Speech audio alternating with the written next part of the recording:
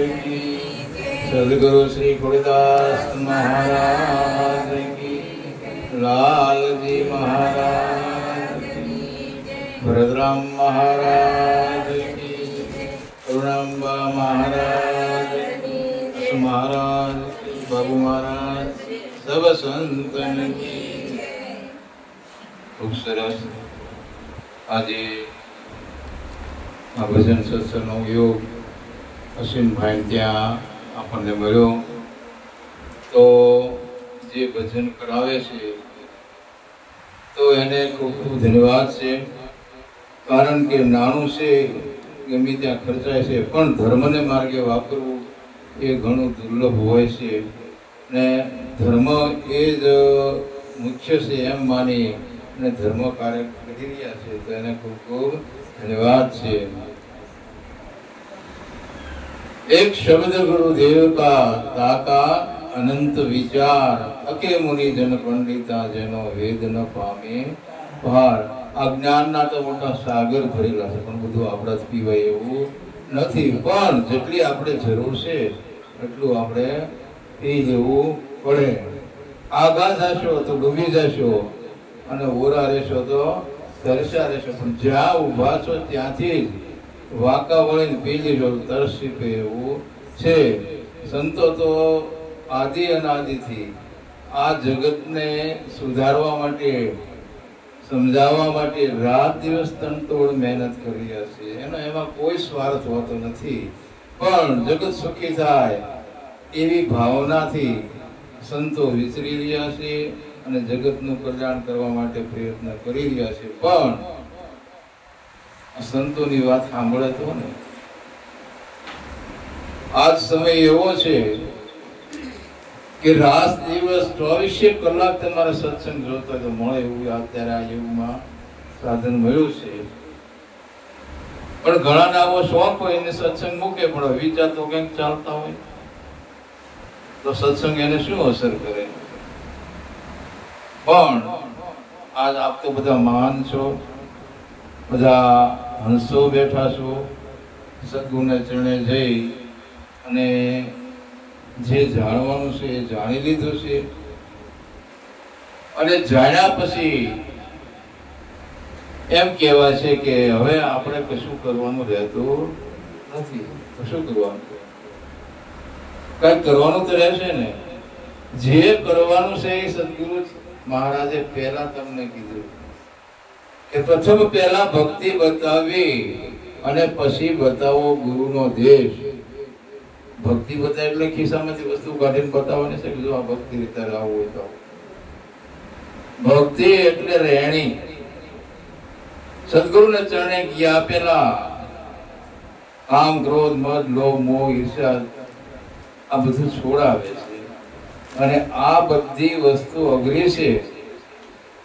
આપણે વિચાર કરો, ગુરુ મહારાજ છોડાવ્યું છે અને આપણે પ્રતિજ્ઞા લીધી છે કે આમાં હું ભૂલ કરું તો મને બ્રહ્મ હત્યાનો પાપ છે। આવું કોણ બોલ્યું છે? આપણે। ગુરુ મહારાજ કહે છે કે ભાઈ મારું બોલ્યું ન પાળો તો કાંઈ નહીં, પણ તમે તમારું બોલું તો પાળજો, તો એ ઘણું છે। તો ગુરુ મહારાજે આપણને આ પ્રતિજ્ઞા આપી છે કે કામ તો આ દ્રષ્ટિ છે, કામ એટલે આ દ્રષ્ટિને સુધારવાની છે। તો આપણે વિચાર કરજો કે આની ઉપર આપણે સિદ્ધિ મેળવી છે। ક્રોધ છે, ક્રોધની ઉપર આપણે સિદ્ધિ મેળવી છે। લોભ મોહ ઈર્ષ્યા આ બધું છોડાયું છે અને એમાં આપણે સિદ્ધિ મેળવી છે, તો આને સિદ્ધ પુરુષ કહેવાય। નવનાથ ને સિદ્ધ 84 નવ ને નાથવાના છે। આ 100 આ ચોરી જારી દારૂ માખી જુગાર કામ ક્રોધ મદ લોભ મોહ આ બધું 6 છે, આ 9 છે। આ 9 ને નાથવાના છે।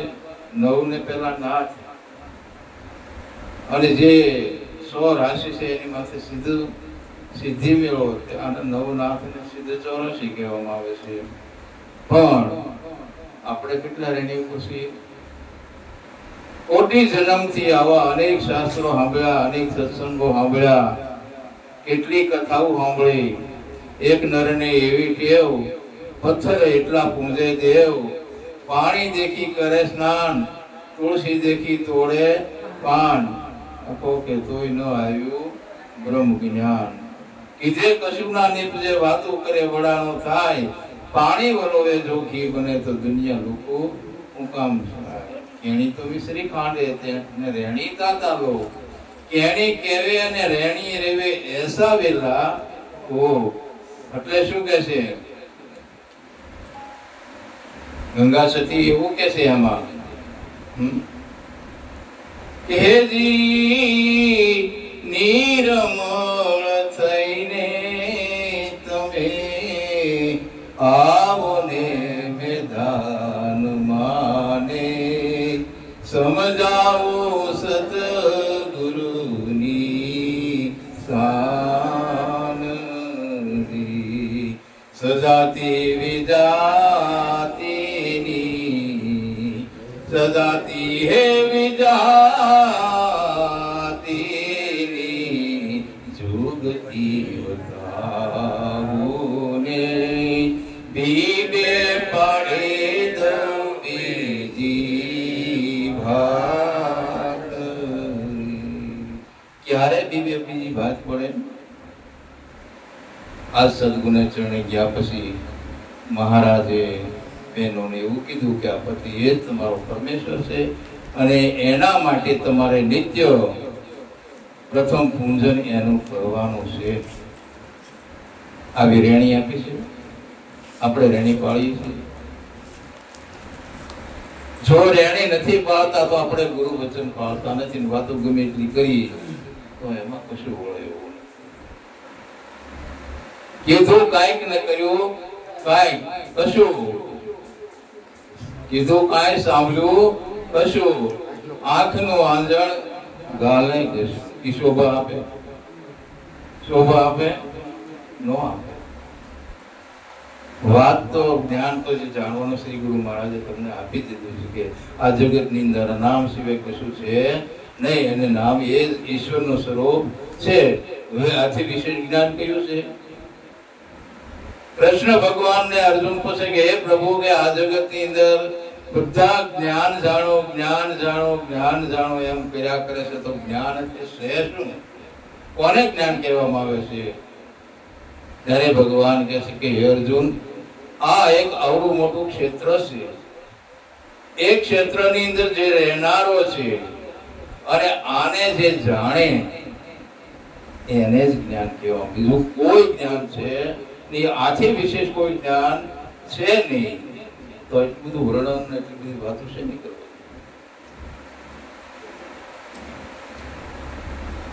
આવું ભગવાને કીધું. એમ ગુરુ મહારાજે આપણને પણ એવું બતાવ્યું છે કે તમારું આ ક્ષેત્ર છે, એ ક્ષેત્રની અંદર જે રહેનારો છે અને જે કંઈ કરનારો છે એને તમે જાણો, એ જ જ્ઞાન છે, બાકી કોઈ જ્ઞાન છે નહીં. તો ગુરુ મહારાજે આપણને આ વાત સમજાવી છે. એ તમે જાણીને બેસી ગયા કે નથી જાણ્યું? જાણ્યું છે. પછી આથી વિશેષ કઈ કરવાનું રહેતું નથી, કોઈ જ્ઞાન બીજું સાંભળવા રહેતું નથી. 18 શબ્દ હતા અને 18 શબ્દની અંદર જો ન સમજાણો તો એના 18 શ્લોક બનાવ્યા, વળી એનો વિસ્તાર કરીને 18,000 શ્લોક બનાવ્યા, છતાં આ મન સમજતું નથી. 10 અવતાર ધારણ ભગવાને કયા મનુષ્યને સુધારવા માટે. આખરે પ્રાચી જયારે છેલ્લે દારૂ કે બાણ માર્યું છે અને બાણ માર્યું અને મારો શિકાર ઘાયલ થયો ની જોવા માટે જાય છે, તો એ પોતે ઘાયલ થઈ ગયો. અરે પ્રભુ કે તમે મારા હાથે જ આ કરાયો? રોવા જ જો શાનો રે નહીં. ભગવાન કે તું શાનો રે, જે થવાનું તો થઈ ગયું. મારે તને કઈક કેવું છે પણ તું કઈક શાનો રહેતો. મહા મહેનતે આ દારૂ છે શાનો રહ્યો? હા પ્રભુ બોલો કે આ જગત ની અંદર ફક્ત મને 2 જ જણા જાણે છે. આવો આખો યુગ હતો અને ભગવાન કે ફક્ત 2 જ જણા મને જાણે છે. એક ભીષ્મ પિતામહ, બીજો અર્જુન. એના બીજો તું અર્જુન છે હજી મને પૂરો સમજી શક્યો નથી, હજી મારી વાત અર્જુને જાણી નથી. તું કઈક સમજ્યો છે તો અત્યારે તું રોવા બેઠો છો, મારે તને શું કહેવું? કે હા પ્રભુ બોલો. ક્યાં જગત ની અંદર આવી કઈકને હસાવ્યા છે, કઈકને રોવરાવ્યા છે, અને આ જગતને સુધારવા માટે 10 અવતાર ધારણ મેં કર્યા છે. અને અત્યારે હું જોઉં તો જગત હજી એમ છે. તો આપણી રેખા સંતો તો કેટલી રાડ્યું પાડી પાડીને કઈ ભૂયાઈ ગયા, છતાં જગત હજી એમ છે. એટલે કહેવાનો ખાસ અર્થ એ છે કે એ જગતની વાત આપણે જવા દઈ, પણ હાલ સદગુરુને શરણે જઈ સત્ય શું છે જાણી લીધું છે, અને જાણ્યા પછી માણી લીધું છે, અને ગુરુ મહારાજે જે વચન આપ્યું છે, જે રેણી આપી છે, એ આપણે એના પર રહેવાનું છે. તો એટલે શું કે છે? શીલવંત સાધુને વારે વારે નમીએ પાનવાય, જેના બદલે નહીં વર્તમાન. શું કીધું? શીલવંત સાધુને વારે વારે નમીએ. દાખલા તરીકે અશ્વિનભાઈ ત્યાં લાઈટ આવી અને મીટર મૂક્યું, અને પછી મીટર મૂકીને સીલ મારે છે ને, હવે એ સીલ માર્યું છે, અને ક્યારેક કોઈ લાઈટ વાળા આવે ચેક કરવા આવે અને અશ્વિનભાઈ તોડીને કંઈક વાયર માંથી કાઢીને ચોરી કરી હોય તો શું થાય? હે, દંડ શું કામ ભરવો પડે છે? એ સીલ તોડ્યું હતું એટલે દંડ ભોગવવો પડે, સજાય ભોગવવી પડે. આવું બધું થાય ને તો ગુરુ મહારાજ માં એવું કઈ નહીં થતું.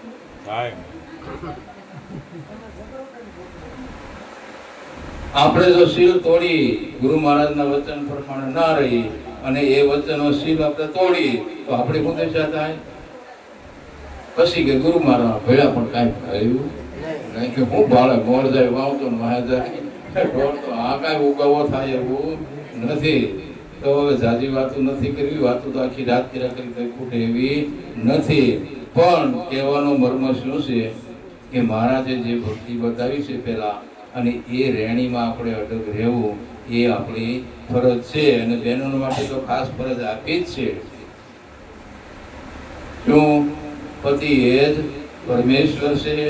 જાજુ ન જાણો તો કઈ નહીં, પણ હાલ ઉપદેશ લીધા પછી પત્નીને જે પતિમાં પરમેશ્વર નથી દેખાતો ને પતિને પત્નીમાં પણ પરમેશ્વર દેખાતો નથી. તો વિચાર કરો કે આખી રાતના આ બધા ઉજાગરા શું કામ કરવા, એટલો બધો ખર્ચો હું કામ કરવો? જો આપણે રેણી ના પાડવી તો આપણે ઉદ્દેશ લેવાની જરૂર શું છે? એક મહારાજ હતા મઢાદ ની અંદર, ઠાકરસિંહ મહારાજ. હું ગયો એક વખત ત્યાં મઢાદ, આવી રીતે સત્સંગ રાખેલો, કોઈ જાજા નહોતા, 2-4 જણા આવ્યા હતા. પછી મેં વાત કરી કે ભાઈ આ છે આપણે ગુરુ મહારાજે પેલા આવી પ્રતિજ્ઞા આપી છે અને આમાં આપણે એમાં તટસ્થ રહેવું પડે, એટલે તમે આવી પ્રતિજ્ઞા સંતોને આપતા હતા? ના, અમે એ પ્રતિજ્ઞા આપતા નથી. કેમ? આપણો નિરાંતનો આદેશ છે કે આ વસ્તુ પહેલા છોડાવવી પડે. તો કે એ પાળે ને હું આપી તો પછી એની જરૂર વસ્તુ માંગે, આપણે એને જરૂર શું છે ન ફળે. એટલે આપણા આચાર્યો આવું કરતા હોય.